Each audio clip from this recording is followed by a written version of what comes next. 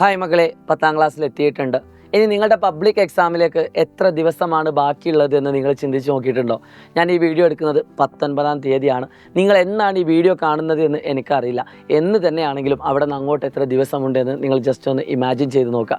19ാം തീയതി മുതൽ 31ാം തീയതി വരെ 12 ദിവസം അല്ലെങ്കിൽ 13 ദിവസമാണ് ഈ ഒരു മാസം അവസാനിക്കാൻ നമ്മുടെ മുന്നിലുള്ളത്. ഒരു 12 ദിവസം കൂട്ടെ ഇന്നത്തെ ദിവസം നമുക്ക് മാറ്റി വെക്കാം.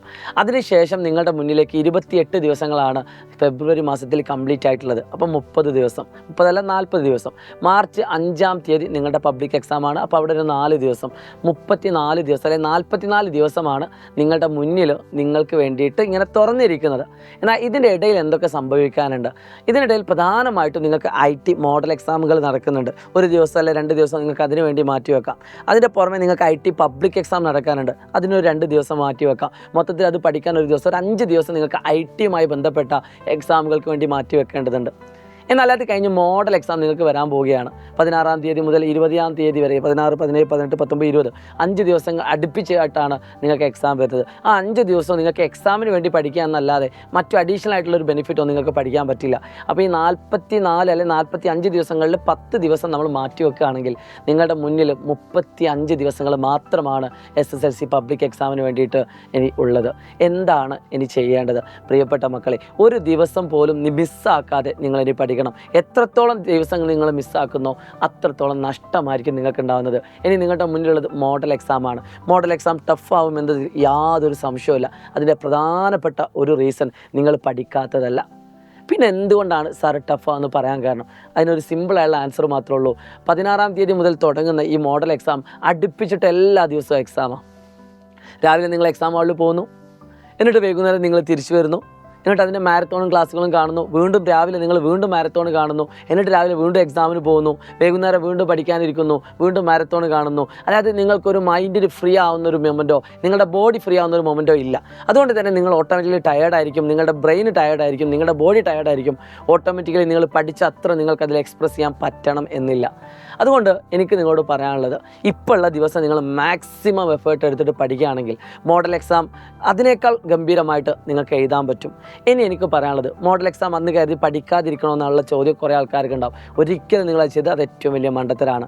നമ്മുടെയൊക്കെ മെമ്മറി എന്ന് പറയുന്നത് ഏറ്റവും ഒരുപാട് കാലങ്ങൾക്ക് മുമ്പേ ഉള്ള കാര്യങ്ങളൊന്നും ഓർത്ത് വെക്കാനുള്ള ഒരു മെമ്മറി ഒന്നുമല്ല. പണ്ടെങ്ങാനും പഠിപ്പിച്ചത് ഇനിയിപ്പോൾ എന്തോ ആവട്ടെ, നിങ്ങൾ ഓണം എക്സാമിന് പഠിച്ച കാര്യങ്ങൾ ക്രിസ്മസ് എക്സാം ആകുമ്പോൾ മറന്നു പോയിട്ടില്ലേ? ക്രിസ്മസ് എക്സാമിന് പഠിച്ച കാര്യങ്ങൾ നിങ്ങൾക്ക് ഇപ്പോൾ കുറേയൊക്കെ മറന്നു പോയിട്ടുണ്ട്, എന്നാലും കുറേ കാര്യങ്ങൾ നിങ്ങളുടെ മനസ്സിലുണ്ട്. അപ്പോൾ ഷോർട്ട് ടൈം മെമ്മറികളാണ് ഒരുവിധം എല്ലാവർക്കും ഉള്ളത്. അതുകൊണ്ട് നിങ്ങൾ ഇപ്പോൾ പഠിക്കുന്നത്, ഇനി പബ്ലിക് എക്സാം ആകെ ഒരു മാസമേ ഉള്ളൂ.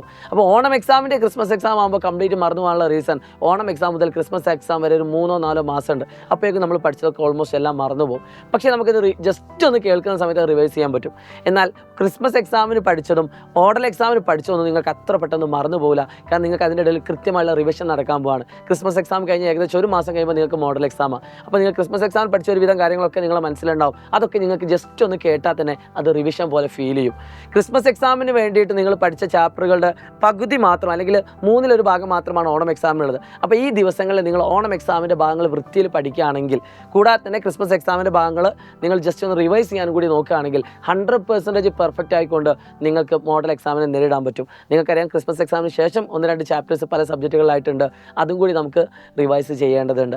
സോ ഇതിന് വേണ്ടിയിട്ടൊക്കെ തന്നെ നിങ്ങൾക്ക് റെക്കോർഡഡ് വീഡിയോകളായിട്ടും പബ്ലിക് ലൈവുകളായിട്ടും ഞങ്ങൾ വരാൻ പോവുകയാണ്. പഠിക്കാൻ മനസ്സുണ്ടെങ്കിൽ പഠിപ്പിക്കാൻ ഞങ്ങൾ തയ്യാറാണ്. ഒരു പേടിയും പേടിക്കേണ്ട. നിങ്ങൾക്ക് എന്തൊക്കെ സങ്കടം ഉണ്ടോ അതിനൊക്കെ മരുന്ന് ഞങ്ങളുടെ കയ്യിലുണ്ട്. കഴിഞ്ഞ വർഷം ഇതുപോലെ ഒരുപാട് കുട്ടികൾ സങ്കടപ്പെട്ടും ഞങ്ങൾക്ക് ക്ലാസ്സിൽ എന്ന് പറഞ്ഞുകൊണ്ടൊക്കെ മെസ്സേജുകൾ അയക്കാറുണ്ട്.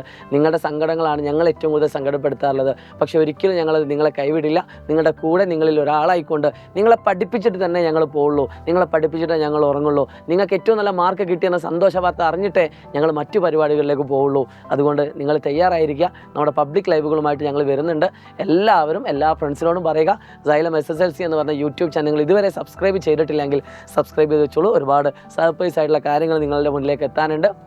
ഇനി മുതലുള്ള എല്ലാ ദിവസവും നമുക്ക് അടിപൊളിയാക്കണം. വിശ്വാസം ഇനി പഠിച്ചാൽ A+ കിട്ടുമെന്ന് വെച്ചാൽ ഡെഫിനറ്റ്ലി ഇനി പഠിച്ചാലും നിങ്ങൾക്ക് A+ലേക്ക് എത്താൻ പറ്റും.